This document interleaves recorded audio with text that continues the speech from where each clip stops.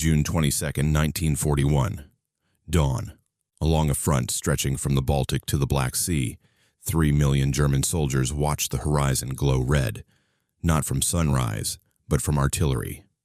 At 3:15, the order crackled through radios and field phones. Feuer, frei. The largest invasion in human history had begun. Operation Barbarossa, Hitler's gamble to crush the Soviet Union in 8 weeks. Engines roared, horses screamed, aircraft lifted through morning haze. The Wehrmacht rolled east in perfect mechanical rhythm. 3,200 tanks, 7,000 guns, and nearly 600,000 vehicles. Officers told their men, one more push, then home before winter. They believed it. Everyone did. June through August was a blur of victories. Minsk fell, then Smolensk. Whole Soviet armies vanished into encirclement pockets, 300,000 captured in days. Propaganda films showed columns of Russian prisoners trudging west, dust rising from the roads like smoke from a dying nation. Berlin newspapers promised a new Christmas parade down the streets of Moscow. The weather seemed to agree. Endless sunlight baked the plains. Wheat swayed gold, roads hard as stone beneath tank treads. Mechanics joked the steppe was built for blitzkrieg. Fuel trucks raced ahead. Infantry rode on hulls, shirts open, laughter carried on hot wind. They called it Der Sommerkrieg, the Summer War. But maps lied. Russia was not a country. It was a continent wearing a single face. For every kilometer conquered, 2 more waited. The roads ended. The mud began. The Luftwaffe flew itself ragged over distances it had never imagined. Engines clogged with dust. Horses collapsed. And still the horizon refused to come closer. By September, German units were 1,000 kilometers from their supply depots. Logistics officers began whispering words the frontline troops didn't want to hear.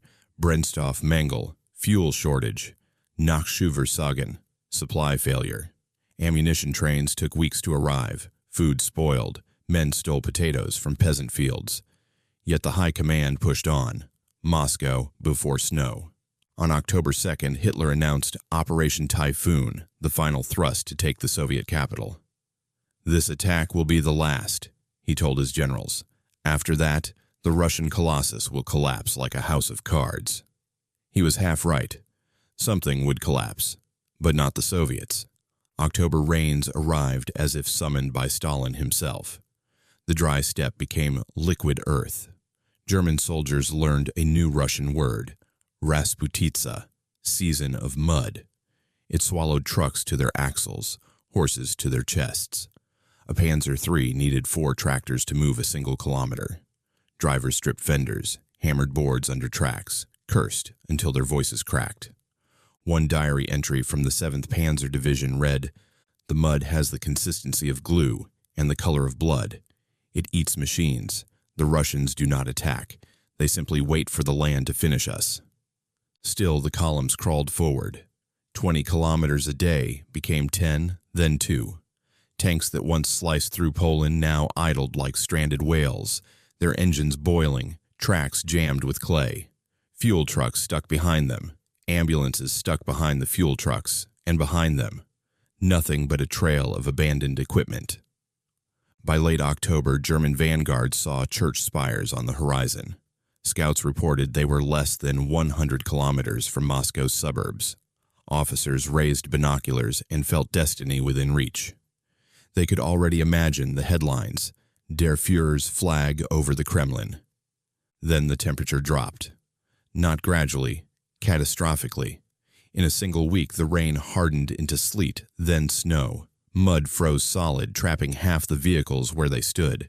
Soldiers woke to find their boots glued to the ground by ice. Oil turned to wax. Machine guns refused to cycle. The Blitzkrieg engine had seized. The Wehrmacht had marched in summer uniforms. Wool coats were still stacked in warehouses in Poland. Hitler's planners had bet everything on victory before winter, so winter wasn't invited. Now it arrived unannounced and unforgiving. Night temperatures plunged below 20 degrees C. Men wrapped themselves in curtains, tablecloths, even enemy banners. Fingers blackened, rifle bolts froze, Sentries collapsed where they stood. One company near Kalinin lost more men to frost than to bullets in a single week. A field surgeon wrote home, "We amputate not from wounds, but from cold. The flesh dies quietly, without blood. It is worse than any battle." While the Germans froze, the Soviets awakened. Stalin had shifted entire factories east of the Urals. Now they spat out tanks and rifles by the hour. Siberian divisions, veterans of winter warfare, arrived fresh, white-clad, faces hidden by frost masks. Their skis whispered over snow where German boots cracked like glass. Marshal Zhukov surveyed the map and said simply, "Now it is our turn." On December 5, 1941, with temperatures at 31 degrees C, the Red Army counterattacked along the entire front. Soviet T-34S, whose diesel engines laughed at the cold, smashed into German lines. Panzer's engines wouldn't start. Their crews lit fires beneath them and prayed the smoke wouldn't draw artillery. The invaders who had crossed a continent now staggered backward through snow waist-deep. An officer of the Fourth Army wrote, "We have reached the end of our strength. The cold is a weapon we cannot fight. Moscow is not taken. It has taken us." By Christmas, 500,000 German soldiers were casualties, dead, wounded, missing, or frozen.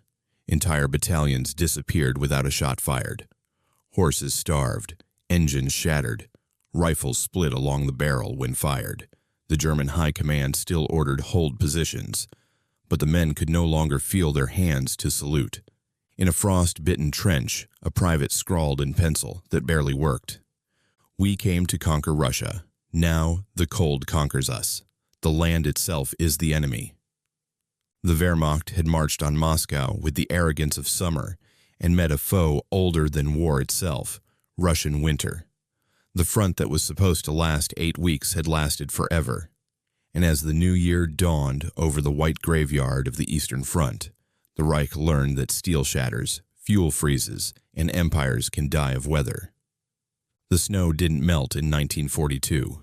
It stayed crusted with soot and frozen blood, the color of old iron. The front line was no longer a line at all, just a ragged blur of trenches, shattered villages, and drifting bodies half covered by snowdrifts. The Wehrmacht had not retreated far, but it had stopped moving. Blitzkrieg, the miracle that had carried them from the Atlantic to the gates of Moscow, was dead. What replaced it was survival. The cold became a living creature. It crept into oil drums, cracked engines, shattered glass. It invaded lungs and froze the sweat inside gloves.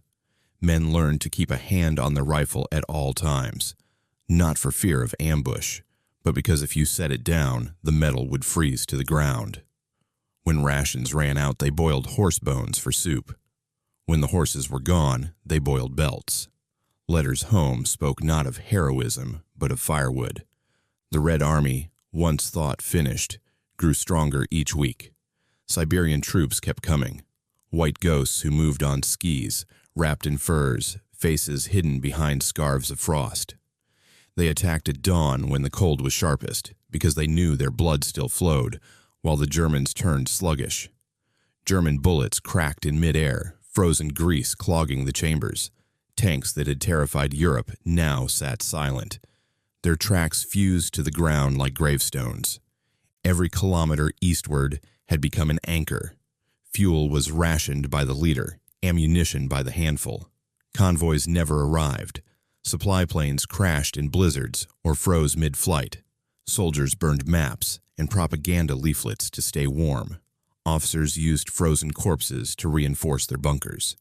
A private from the 10th Panzer wrote in his diary, "The earth is hard as steel. When we dig trenches, the shovels spark like knives on stone. The dead cannot be buried. They lie watching us." Commanders still spoke of spring. Hitler promised new offensives, new tanks, a second chance. The soldiers listened in silence, their eyes dull as glass. Spring was a rumor, a myth like victory. In January, frostbite cases outnumbered combat wounds 3-1. Medics wrapped stumps in newspaper when bandages ran out. Morphine froze in its syringes. Men slept next to burning wrecks just to feel something. Many never woke again. Moscow was untouchable now, guarded by distance and weather. The Soviets counterattacked endlessly, trading lives for meters, swarming trenches, vanishing back into the snow. Their tanks moved like predators across frozen lakes, T-34s painted white, diesel engines roaring without pause. German crews could only watch, their own machines dead beside them. An officer near Vyazma wrote to his wife, "They don't fight us anymore. The cold does. It hunts at night, quiet and patient. The wind whistles through the bones of our dead." By March, the front looked like a photograph faded by frost. Every shape blended into white. The men, the guns, even the uniforms. Command posts were dug beneath ruined churches, candles flickering beside icons still hanging on the walls. Prayer became mechanical. "If God exists here," a chaplain wrote, "he wears a fur hat." The few supply trains that reached the front brought nothing the soldiers wanted. New orders, new expectations, but no winter coats. Hitler refused to allow retreat. He called it standing fast.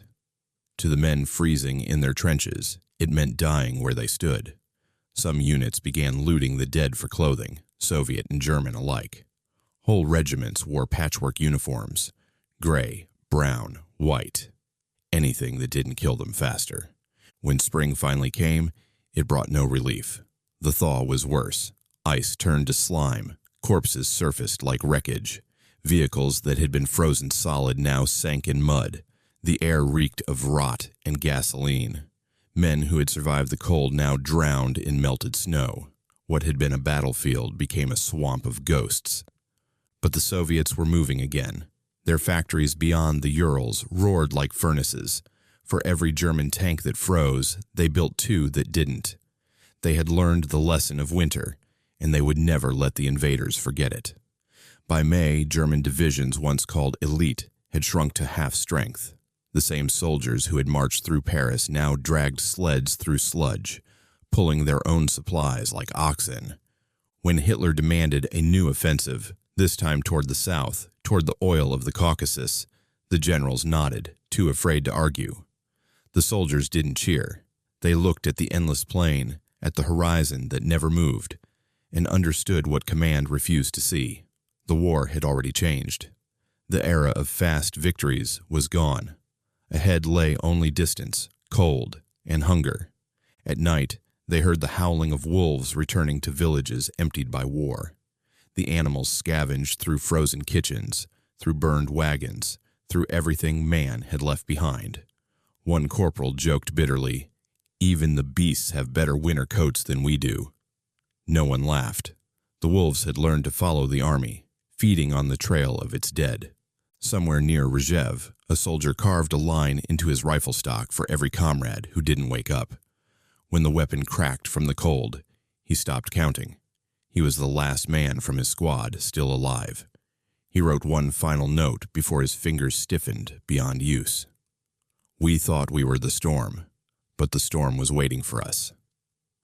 By the time summer returned in 1942, it brought no warmth, only the smell of decay thawing under the sun. The roads east of Smolensk were lined with rusted hulks, burnt-out trucks, and graves marked with helmets. The Wehrmacht, once an avalanche, was now a scar. Moscow was still untaken, and yet Berlin spoke of new triumphs. Orders arrived written in the language of denial. Advance, seize, annihilate. The soldiers obeyed because what else was left? The alternative was thinking, and thinking meant remembering the winter. New replacements came, boys of 18, unscarred by frostbite, filled with propaganda and confidence. Veterans watched them climb into trucks with fresh uniforms and new boots and said nothing. They would learn soon enough. The eastern sun looked warm, but it was a liar. It baked the ground until it cracked, then turned it to dust that filled the lungs and stung the eyes. It was another kind of enemy, hot, endless, and indifferent. The High Command launched a new campaign, south, toward Stalingrad and the oil fields beyond. The logic was simple: take the fuel, feed the war. But logic is brittle in Russia. What they found was distance. For every town captured, a dozen burned behind them. For every Soviet division destroyed, 2 more appeared from the steppe, armed and silent. German officers began whispering that the Russians fought like the land itself, vast, patient, impossible to exhaust. The railways collapsed under their own length. Each train took 3 weeks to reach the front, and half never returned. The trucks that survived winter now choked on dust. Carburetors filled with grit, engines overheated. Mechanics stripped parts from wrecks to keep a few moving. The Luftwaffe flew without fuel. Soldiers marched past tanks abandoned for lack of gasoline, their steel carcasses shining like tombs in the sun. In every division, rumor was stronger than news. Some said the Soviets had endless reserves from Siberia. Others said Stalin was drafting women, children, anyone who could hold a rifle. Everyone agreed on one thing. The Red Army was not supposed to exist anymore. Yet here it was, stronger, colder, closer. By September, the southern offensive had stretched hundreds of miles. Supply lines were a thread, fragile and fraying. Men marched barefoot when boots dissolved in mud. Canteens were filled with ditch water. Rations came in handfuls of dried bread and hope. Still, the orders kept coming. Forward. Letters home changed tone. The bravado of 1941 vanished. Soldiers wrote about lice, dysentery, and the strange silence of Russian nights. "It's not a war," one wrote. "It's a punishment." Another described the landscape as a sea of land, without edges, without mercy. Autumn returned, and with it the familiar curse. The skies opened, rain turning roads to swamps again. Rasputitsa, the word every German feared, was back. Vehicles sank to their fenders. Men dragged guns by hand. They had promised themselves it would be different this time, but the land had no memory for promises. As the mud froze, the cycle repeated. Engines stalled, oil thickened, breath turned to frost. The Wehrmacht's summer army became winter's prisoners once more. The men scavenged for warmth in ruins and ditches. They learned to strip the insulation from electrical wire to wrap around their boots. A dead horse was treasure. Its hide could be boiled, its fat burned for light. The Soviets watched, waited, and closed in. In November, snow began to fall over the Volga. The battle for Stalingrad had turned from assault to siege. German divisions starved inside the ruins of a city that refused to die. Outside, Soviet armor gathered, engines humming like a storm building beneath the horizon. When it broke, it didn't sound like war. It sounded like an avalanche of steel. The encirclement came on a day of blizzard. Whiteout conditions swallowed the front. Command posts lost contact. Columns vanished in minutes.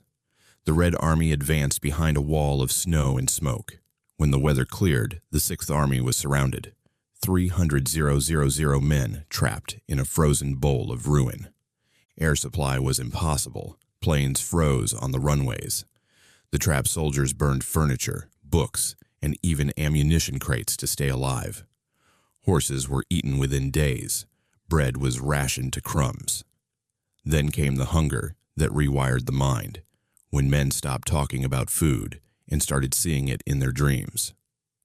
By December, frostbite had become identity. Every man carried it somewhere: blackened toes, numb hands, flesh that felt like wood. Field hospitals were tents full of silence, the only sound the creak of frozen bandages. Officers tried to rally morale with talk of relief forces, but everyone knew the truth. They were too far east, too deep in winter, and too late. One sergeant recorded in his notebook, "We no longer dig graves. The ground will not open for us."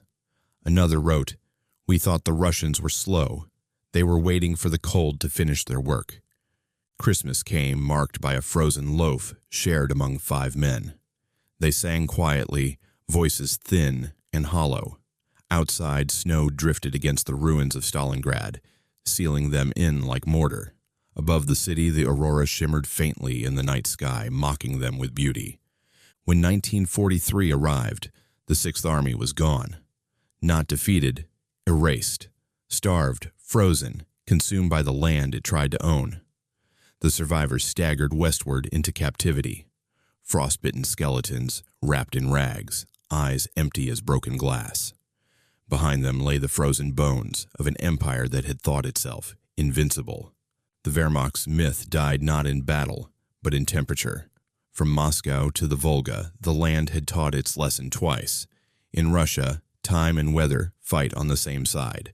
The retreat from Stalingrad was not a march. It was a collapse stretched over months. Columns that had once been armies turned into lines of shivering figures strung across the steppe. Vehicles broke down within hours.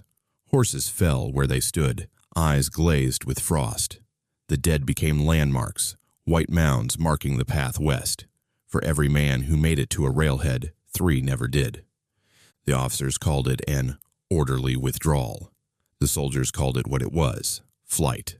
The same men who had crossed Europe in triumph now begged for space on open freight cars, fighting for a chance to freeze slightly slower than the rest. On the wagons, they wrapped themselves in blankets stiff with ice, huddled together like animals, breathing each other's steam. The train wheels squealed against the frozen rails, sparks flashing in the dark like small, useless miracles. Behind them, the Red Army advanced with the patience of inevitability. The Soviets didn't chase, they rolled forward like weather, slow, relentless, filling every space the Germans abandoned. T-34s thundered past wrecks that had frozen in place months earlier, their hulls now half buried in snow. The air smelled of burned rubber and rot. In every village, Russian peasants re-emerged from hiding, wordless, watching the Germans retreat the same way they had once watched them invade. By spring, what was left of the Wehrmacht dug in along the Dnieper. The fields that had once promised conquest were now graves waiting for names. Reinforcements came from every corner of Europe. Italians, Hungarians, Romanians, faces too young, too frightened. They arrived wearing summer uniforms. No one bothered to warn them. No one wanted to tell newcomers that the front was not a place, but a season, an endless winter that ended armies. Supplies barely existed. Rations were thin, fuel thinner. Entire divisions lived on black bread and vodka, if they were lucky. Men collected candle wax to mix with soup. They stripped wire from telephones to trade for cigarettes. Letters from home spoke of air raids, of ration cards in Berlin, of a homeland beginning to starve just like its army. Hope was shrinking to the size of a match flame. The generals still spoke in maps.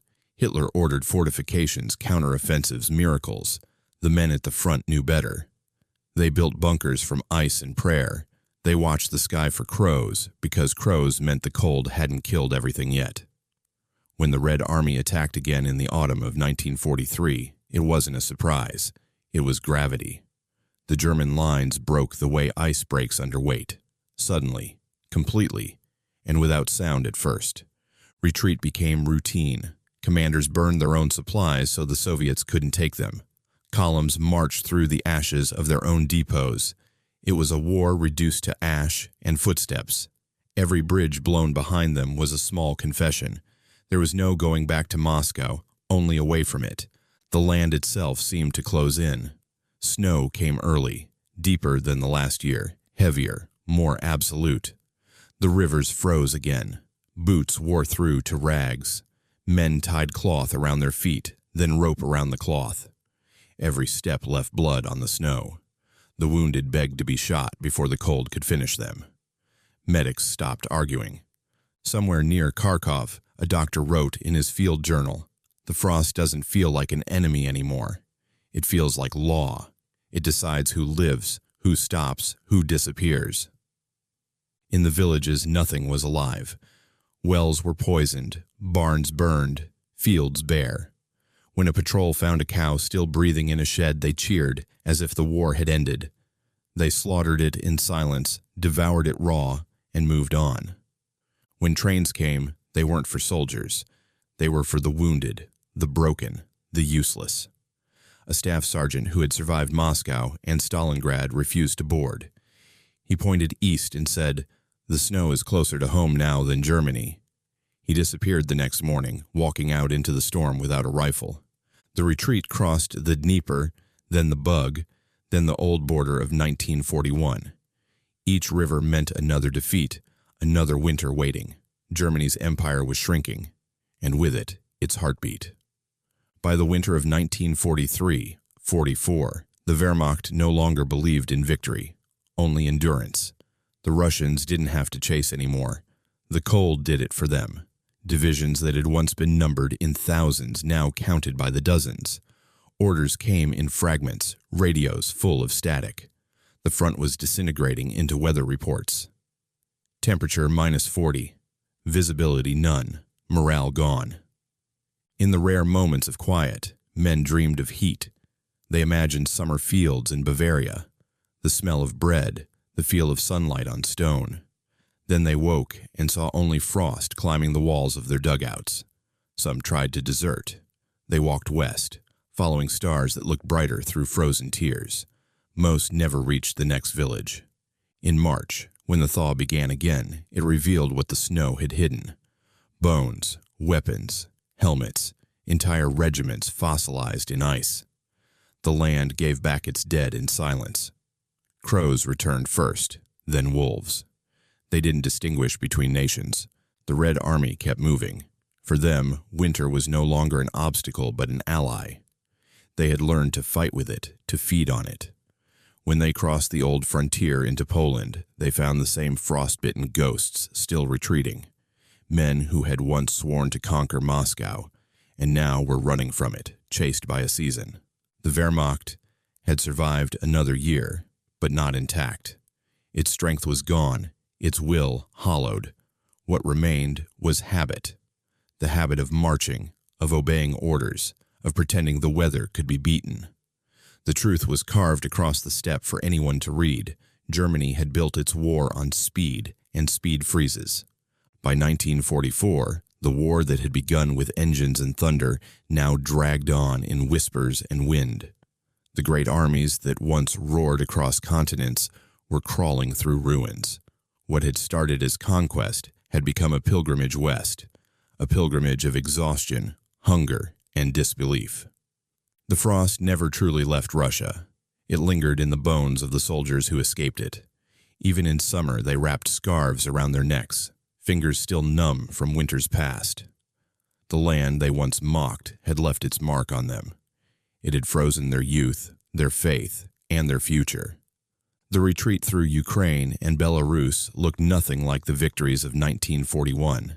Then, the Wehrmacht had marched in perfect lines. Now, it stumbled through mud and fire. Supply columns were ghosts. The same trucks that once carried ammunition now carried the wounded and dying. Each mile westward was paved with wreckage, burned villages, dead horses, and the quiet bodies of men too tired to rise. Partisan attacks never stopped. Soviet ambushes erupted from forests and fields, men in white camouflage appearing like fragments of winter that refused to melt. Every tree seemed to hide an enemy. German soldiers slept with grenades under their coats, not from discipline, but from fear. Better to die fast than freeze again. Command posts grew smaller, quieter. Officers gave orders that no one obeyed. Hitler demanded no step backwards. But his maps lied more than ever. On paper, divisions still existed. In reality, they were handfuls of survivors, each clutching a rifle that might or might not fire. In the east, the Soviets advanced with terrifying rhythm. Kursk, Smolensk, Kiev, Minsk. Each city retaken was another nail in the coffin of the myth that Germany could master the Russian land. The Red Army no longer fought for survival. It fought for vengeance. The winter of 1944 was the last one the Wehrmacht would face on Soviet soil. It came early, with winds that screamed across the plains like punishment. German soldiers tried to build fires, but the wood was soaked with snow. The flame hissed and died. They pressed together in barns, in trenches, in any shelter that didn't crumble under its own frost. Letters from home spoke of defeat in Italy, of bombings in Berlin, of shortages everywhere. The men laughed bitterly. "The fatherland is catching up with us," they said. "Now everyone freezes." They still remembered the first winter, The one before Moscow when they believed in victory. That memory had turned poisonous. Now they knew what was coming.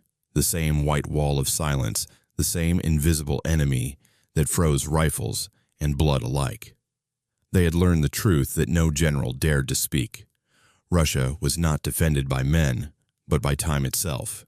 When Soviet forces broke through near Vitebsk, entire corps vanished in days. The snow buried them before their names reached headquarters.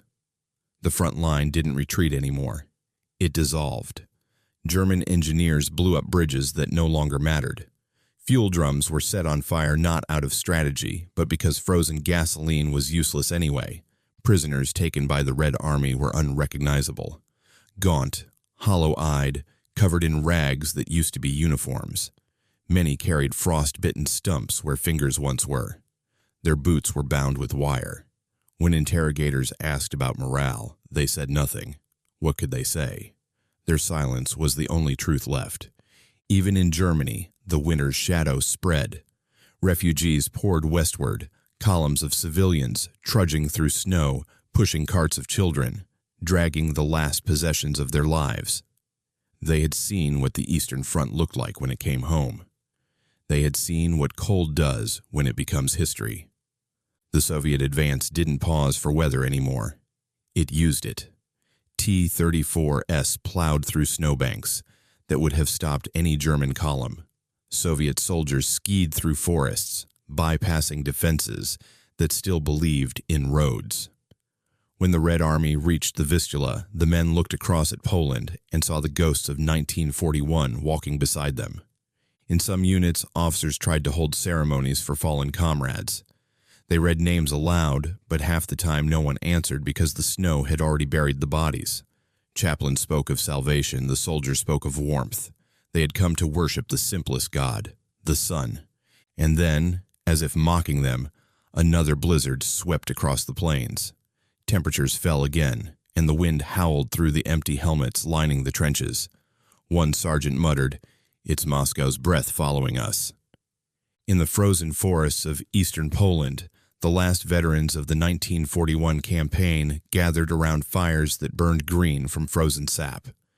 They told the same stories over and over. The first march, the first frostbite, the smell of burned oil near Moscow. They laughed without humor, teeth blackened by cold. "We were promised 8 weeks," one said. "It's been 4 winters." When spring finally broke, the thaw revealed the last chapter written in ice. Roads lined with bones, weapons rusted to dust, and fields seeded with helmets. The Wehrmacht, that had once been a machine of steel, was now made of skeletons and mud. The land had taken its revenge, not in battles, but in degrees below zero. Every survivor carried the same secret understanding. No matter what Berlin said, no matter what slogans the party screamed, the war had been lost the moment the first snowflake fell outside Moscow. Everything after was just the slow freeze of denial. By early 1945, the Eastern Front no longer had a direction. It wasn't east or west anymore. It was simply collapse, spreading outward. The snow came late that year, heavy and thick, smothering what was left of Germany's armies under a white silence. The Wehrmacht no longer moved as an army. It twitched, spasmed, flailed. Units retreated without maps, without orders, guided only by instinct and the faint hope that west meant home. The men were shadows now. Frost clung to their beards, to their eyelashes, to the rifle bolts they no longer trusted to fire. They scavenged through ruins for anything that could burn: books, furniture, even the bodies of fallen horses. The smell of scorched flesh became as familiar as gunpowder. Fire was the only color left. The Red Army advanced through the snow like a tide. Tanks, trucks, and men, an ocean of steel and breath and vengeance. Their tracks carved black scars through the frozen white. They no longer shouted orders. They didn't need to. They were following the logic of gravity. Everything German was falling. Behind the front, civilians joined the exodus. Women pushed prams through snow deeper than their knees. Old men dragged sleds with their grandchildren curled inside. They called it Der Flüchtlingsstrom, the river of refugees. That river froze solid in places, bodies locked together in ice, faces turned west as if still moving. In Prussia, temperatures dropped below 30 degrees C.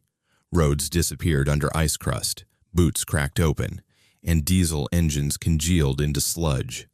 German soldiers stared at their tanks, once symbols of power, now dead shells, their turrets frozen in place. Some used them as shelter, lighting fires under the hulls to warm their hands. Others crawled inside to die in the dark, engines silent, the steel echoing with the wind. For those still fighting, combat had turned surreal. Explosions were muffled by snow. Shells struck and vanished in white clouds. You could fire at a shadow and never see if it fell. The Soviets came out of blizzards like phantoms, wrapped in white, faces invisible.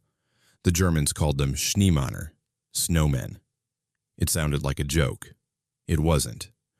At night the sky glowed red over burning towns, and the snow turned the color of blood.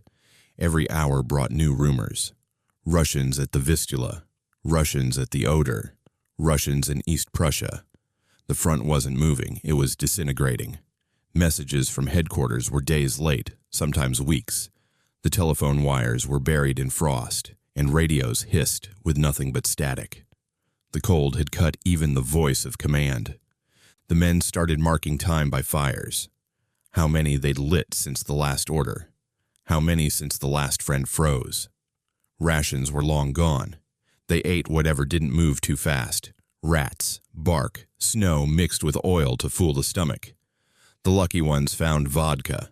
The unlucky ones drank antifreeze and never woke up. Soviet loudspeakers called across the front. German soldiers, lay down your arms, your Feuer has abandoned you. The wind carried the words into the trenches, half frozen, half true. No one argued. Some men lowered their rifles quietly. Others turned the barrels on themselves. The cold had killed the will to believe in orders.